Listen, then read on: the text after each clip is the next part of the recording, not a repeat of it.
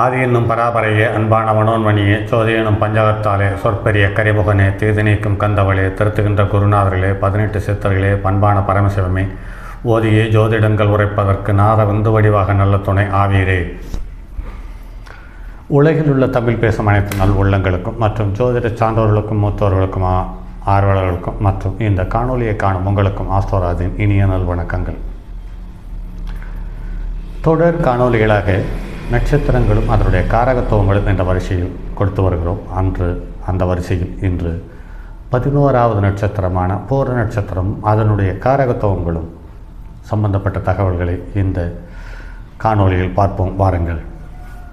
ராசி மண்டலத்தில் 27 நட்சத்திரங்களில் 11வது நட்சத்திரம் பூர நட்சத்திரம். இது வானமண்டலத்தில் 133 பாகை 20 கலை 1 விகளை முதல் 146 பாகை 40 கலை வரை பரவியுள்ளது.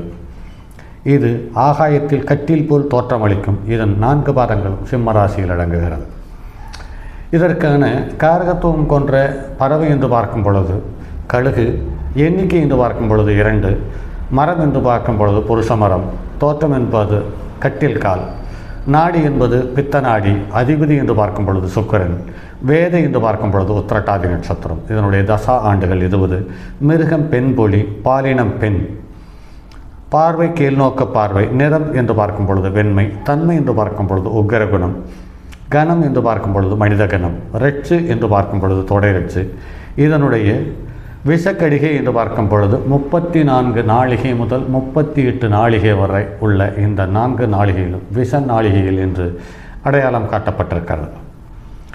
இந்த 4 நாளிகைகளிலும் சுபம் சம்பந்தப்பட்ட, எதிர்கால வளர்ச்சிக்கு சம்பந்தப்பட்ட, புது உறவுகள் சம்பந்தப்பட்ட, வரவு செலவு சம்பந்தப்பட்ட எந்த ஒரு விஷயத்தையும் தள்ளி போடுவது உத்தமமானது. இந்த நேரத்தில் கூடுமானவரையில் அமைதியாக காலத்தை கரைப்பது என்பது சாலச் சிறந்ததாக கருதப்பட்டிருக்கிறது. எண்ணற்ற நேரங்களில் இதை நான் உணர்ந்திருக்கிறேன், அப்படியும் கடந்திருக்கிறேன். நமக்கு நவகிரகங்கள் ஜாதகமாக அமையும் பட்சத்தில் அப்படி ஒரு கடக்கும் வாய்ப்பை கிரகங்கள் நமக்கு வழங்குகிறது. அடுத்து அமிர்த கடிகை என்று பார்க்கும் பொழுது 20 நாளிகை முதல் 24 நாளிகை வரை அமிர்த கடிகை என்று சொல்லப்பட்டிருக்கிறது. இந்த அமிர்த கடிகை என்று சொல்லப்பட்ட இந்த 4 நாளிகையில் உங்களுக்கு எதிர்காலம், புது உறவுகள், வரவு செலவுகள், நோய்க்கான மருத்துவம், கொடுக்கல் வாங்கல், போக்குவரத்து அனைத்தும் உங்களுக்கு நன்மை பயக்கும் என்பதில் எல்லளவும் சந்தேகமில்லை. இதையும் என்னுடைய நேரடி அனுபவத்தில் 1க்கு மேற்பட்ட தடவை நான் உணர்ந்திருக்கிறேன், பார்த்திருக்கிறேன். அடுத்து தோன்றியவர் என்று பார்க்கும் பொழுது பெண் தெய்வத்தில் ஆகச்சிறந்த தெய்வமான ஸ்ரீ ஆண்டாள் இந்த நட்சத்திரத்தில் ஜனனமானதாக சொல்லப்பட்டிருக்கிறது. அதிதேவதை என்று பார்க்கும் பொழுது பகன் என்று சொல்லப்பட்டிருக்கிறது. இது நம்மளுடைய அனுபவத்தில் இந்த தெய்வம் எது என்று நாம் இதுவரை உணரவில்லை, அதற்கான வாய்ப்பும் இல்லை. சரி நண்பர்களே, இதற்கான காயத்ரி மந்திரம் என்று பார்க்கும் பொழுது ஓம் அரியம் நாய வித்மகே பசுதேகாய தீமகி தன்னோ பூர்வ பால்குனி பிரசோதயாத் என்று சொல்லப்பட்டிருக்கிறது. இதற்கான கனி என்று பார்க்கும் பொழுது பூர நட்சத்திரத்துக்குரிய கனி என்று பார்க்கும் பொழுது எலுமிச்சம்பழம். அடுத்து இந்த நட்சத்திரத்தில் 4 பாதங்கள் இருக்கிறது. இந்த 4 பாதத்திற்கும் ஒவ்வொரு பாதத்திற்கும் ஒவ்வொரு விருட்சத்தை சொல்லியிருக்கிறார்கள். அப்படி பார்க்கும் பொழுது முதல் பாதத்திற்கும் 4ஆம் பாதத்திற்கும் பலா மரம் என்று சொல்லப்பட்டிருக்கிறது. 2ஆம் பாதத்தில் வாகை என்றும் 3ஆம் பாதத்தில் பிறந்தவர்களுக்கு ருத்ராட்சம் என்றும் சொல்லப்பட்டிருக்கிறது. இந்த விருட்சங்கள் சார்ந்த தகவல்கள் இந்த குறிப்பிட்ட நட்சத்திரத்தில் பிறந்தவர்களுக்கு குறிப்பிட்ட விருட்சம் என்று சொல்லப்பட்டதில் பார்க்கும் பொழுது கடந்த கால அனுபவத்தில் இந்த நட்சத்திரத்துக்கான கிரகங்கள் ஜாதகத்தில் லக்னத்திற்கு அல்லது லக்னாதிபதிக்கு சாதகமான சூழ்நிலையில் அமைந்திருக்கும் பொழுது, அதாவது 1, 4, 7, 10, 1, 5, 9 இந்த கேந்திர திரிகோணங்களில் அமையப்பெற்றவர்களுக்கு இயற்கையாகவே அவர்கள் காட்டில் அவர்கள் வசிக்கும் இடத்தில் இந்த விருட்சங்கள் இருப்பதை கண்கூடாக நிறைய தடவை நான் பார்த்திருக்கிறேன். அல்லது இந்த விருட்சத்தை வளர்க்க சொல்லி, அதாவது பராமரிப்பு செய்வது, வளர்ப்பது போன்ற செயல்களில் ஈடுபடும் பொழுது அவர்கள் சுபிட்சம் பெற்றிருக்கிறது அல்லது சுபகாரியங்கள் ஈஸியாக அவர்களுக்கு கைகூடி இருப்பதையும் ஒன்றுக்கு மேற்பட்ட தடவை நான் கவனித்திருக்கிறேன். அடுத்து, ஒவ்வொரு நட்சத்திர பாதத்திலும், ஒரு நட்சத்திரத்தில் 4 பாதங்கள் இருக்கிறது. இந்த 4 பாதத்திலும் ஒவ்வொரு பாதத்திலும் பிறந்தவர்களுக்கு தனிப்பட்ட குணாதிசயங்கள் இருப்பதை கவனித்திருக்கிறோம். அப்படி தேடிய வகையில் பார்க்கும் பொழுது, பூர நட்சத்திரத்தில் முதல் பாதத்தில் பிறந்தவர்கள் திறமையுள்ளவர்கள், இனிய வாக்குள்ளவர்கள், கோபமுள்ளவர்கள், ஆச்சாரமுள்ளவன், சௌகரியமுள்ளவர்கள், சிறிய வீடு உள்ளவர்கள், செல்வ பற்றாக்குறையுடையவன், வியாபாரம் செய்பவன். 2ஆம் பாதத்தில் பிறந்தவர்கள் உழவு தொழில் ஈடுபாடு அதிகம், கால்நடை பிரியமுள்ளவர்கள், பிறரின் உதவியை எதிர்பார்க்காமல் வாழும் தன்மையுள்ளவர்கள், விவசாயத்தில் கிழங்கு, பூ உற்பத்தி, கோழிப்பண்ணை, ஆடு மாடு வளர்ப்பில் நல்ல ஆதாயம் பெற்றிருக்கிறார்கள். என்னுடைய நண்பர்கள், ஒன்றுக்கு மேற்பட்ட நண்பர்கள் இன்று கோழிப்பண்ணை வைத்திருக்கிறார்கள், பூ உற்பத்தி செய்கிறார்கள். அதில் குறிப்பாக செவ்வந்தி பூ உற்பத்தி இவர்களுக்கு சிறப்பாக அமைந்திருக்கிறது. மல்லிகை பூவும் இவர்கள் உற்பத்தி செய்து விற்பனை செய்து வருகிறார்கள். இது நடைமுறையில் அப்படியே ஒத்துப்போகிறது என்பது ஆச்சரியத்திலும் ஆச்சரியம். இது இல்லாமல் ஆட்டுப்பண்ணை, மாட்டுப்பண்ணை, கோழிப்பண்ணை வைத்திருப்பவர்கள் இந்த நட்சத்திரத்தில், பூர நட்சத்திரத்தில் 2ஆம் பாதத்தில் பிறந்தவர்கள், ஒன்றுக்கு மேற்பட்ட நண்பர்கள் என்னோடு தொடர்பில் இருக்கிறார்கள். அடுத்து, 3ஆம் பாதத்தில் பிறந்தவர்கள் நற்குணமுள்ளவர்கள், பெண்களிடம் அதிக பிரியமுள்ளவர்கள், பெண்களால் ஆதாயம் அடைகிறார்கள்.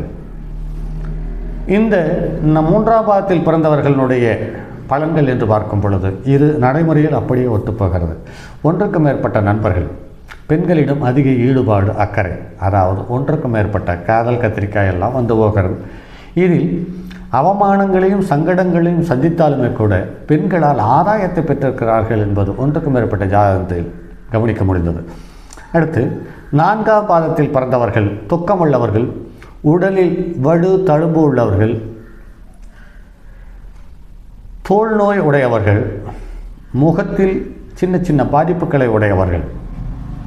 அது மட்டும் இல்லாமல் இவர்கள் உறவுகளில் திருப்தி இல்லை, உறவுகளில் சங்கடங்களையும் கசப்பையும் சந்தித்திருக்கிறார்கள். அதற்கு அடுத்தது, மொத்தத்தில் குருமார்கள், தனக்கு மூத்தவர்கள் இவர்கள் மதிப்பதில்லை அல்லது மதிப்பதற்கான சந்தர்ப்பம் அமையவில்லை என்றுதான் சொல்ல வேண்டும். ஆக உறவுகளால் சங்கடத்தையும் கஷ்டத்தையும் இழப்பையும் மரியாதை குறைவையும் சந்திக்கிறவர்கள் இந்த பூர நட்சத்திரத்தில் 4ஆம் பாதத்தில் பிறந்தவர்கள்.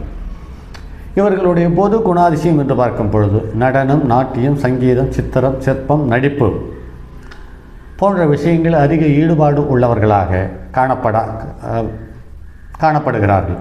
குறிப்பாக நடிப்பு விஷயத்தில் இந்த நட்சத்திரத்தில் லக்கண புள்ளி லக்கணம் அமர்ந்திருந்தாலும் அல்லது இந்த நட்சத்திரத்தில் பிறந்தே இருந்தாலும் இவர்கள் நடிப்பில் ஓரளவு சிறந்த அடையாளப்படுத்தி இருக்கிறார்கள் என்பது நடைமுறையில் தற்போது உள்ள திரை பிரபலங்களில் ஒன்றுக்கு மேற்பட்டவர்கள் இந்த நட்சத்திரத்தில் பிறந்தவர்களாக இருக்கிறார்கள் அல்லது இந்த நட்சத்திரம் கொண்ட சிம்ம லக்கணத்தில் பிறந்தவர்களாகவும் இருக்கிறார்கள் என்பதில் நிறைய விஷயங்களில் அனுபவத்தில் தெரிய வருகிறது.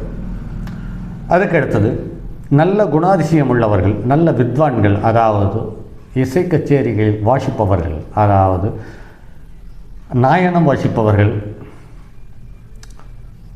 இது இல்லாமல் தபலா போன்ற வாத்தியங்கள் வாசிப்பதில் இவர்கள் தரமானவர்களாக இருக்கிறார்கள். இது மட்டுமல்லாமல் பிரித்தாளும் கொள்கை உள்ளவர்கள், பெண்களால் அவமானப்படுபவர்கள், அதே சமயத்தில் பெண்களால் பாதிப்பு அடையவர்கள், பெண்களால் மரண பயத்தை சந்திக்காத பூர நட்சத்திரத்துக்காரர்கள் இல்லை என்றே சொல்ல முடியும். அதே சமயத்தில் கைத்தொழில் சிறப்பாக இருக்கிறது. அதே சமயத்தில் இவர்கள் ஏதாவது ஒரு வகையில் நெசவு தொழில் சார்ந்தது, துணி வியாபாரம் சார்ந்தது, பூ வியாபாரம் சார்ந்த விஷயங்கள் இவர்கள் அதிகமாக ஈடுபடுவதை கண்ணில் காண முடிகிறது. இவர்களுக்கு காய்கறிகள் சம்பந்தப்பட்ட வர்த்தகமும் இவர்களுக்கு சிறப்பாக இருக்கிறது. இதில் பெண்களாக பிறந்தவர்களுக்கு காய்கறியும் துணி வியாபாரமும் பூ வியாபாரமும் சிறப்பாக இருக்கிறது என்பது நடைமுறையில் காண முடிகிறது. குறிப்பாக எலுமிச்சம்பழம் வர்த்தகம் செய்பவர்கள் அதிகமாக பூர நட்சத்திரத்தில் பிறந்தவர்களாக இருப்பதை நடைமுறையில் கண்டிருக்கிறேன். அதற்கடுத்து உடல் உறுப்புகள் என்று பார்க்கும் பொழுது இதயம், மனம், முதுகுத்தண்டு போன்ற உறுப்புகள் இவர்களுக்கு இந்த இதயம், முதுகுத்தண்டு, மனம் சார்ந்த விஷயத்தில் பாதிப்புகளை சந்திக்காமல் இவர்கள் கடப்பதில்லை. அதற்கடுத்து நோய்கள் என்று பார்க்கும் பொழுது காதல் சார்ந்த மனநோய்கள், இதய திசுக்கள் சார்ந்த விஷயங்கள் மற்றும் முதுகெலும்பு, ஜவ்வு பாதிப்பு, எலும்பு வளைதல், இரத்தச்சோகை, கை கால்களில் ஏற்படும் வலி, தோல் நோய்கள், பாலின நோய்கள், புளித்த உணவுகளால் ஏற்படக்கூடிய நோய்கள், இது இல்லாமல் மதுபானங்கள் அல்லது போதைப் பொருட்களால் இவர்களுக்கு ஏற்படும் நோய்களை எண்ணற்ற ஜாதகங்களில் நான் கவனித்திருக்கிறேன். இது நடைமுறையில் ஒத்துப்போகிறது. சரி நண்பர்களே, இதற்கடுத்து பொதுவான குணாதிசயங்கள், நம்முடைய வாழ்க்கையில் நாம் சந்தித்த அனுபவங்களில் இருந்து சில தகவல்கள். பொதுவாக சிம்ம ராசியில் எந்த நட்சத்திரத்தில் பிறந்தாலும் இவர்களுக்கு ஏதாவது ஒரு விதத்தில் தன்னை விட இளையவர்கள், தன்னுடைய எடுபடிகள், அல்லது தாம் எதை செய்தாலும் சொன்னாலும் அதை செய்ய எத்தனிப்பவர்கள் அல்லது நம்மோடு பயணிப்பவர்கள் இவர்களுக்கு தோல்வியையும் அவமானத்தையும் நஷ்டத்தையும் தருகிறார்கள். அதாவது சிம்ம ராசியில் சிம்ம லக்னத்துக்கு சொல்ல வேண்டுமென்றால் இவர்களுக்கு பாதிப்பை தருபவர்கள் இவர்களுக்கு அடிமை என்ற தகுதியில் உள்ளவர்கள், அது இல்லாமல் இளையவர்கள். அதற்கு அடுத்தது நமக்கு கீழ் எந்த நேரமும் நம்மை பார்த்து கும்பிடு போடுபவர்கள், மரியாதை காரணமே இல்லாமல் மரியாதை தரக்கூடியவர்கள். இவர்களுக்கு சரியான காலத்தில் சரியாக ஆப்படிக்கிறார்கள். அந்த ஆப்பை பிடுங்கி ரிலீஸ் ஆவதற்குள் பல ஆண்டுகளை கடந்து விடுகிறது என்பது நடைமுறையில் எண்ணற்ற தடவை கவனித்திருக்கிறேன். இவர்களுக்கு பெண்களால் அவமானம் என்பது நிச்சயமாக உண்டு.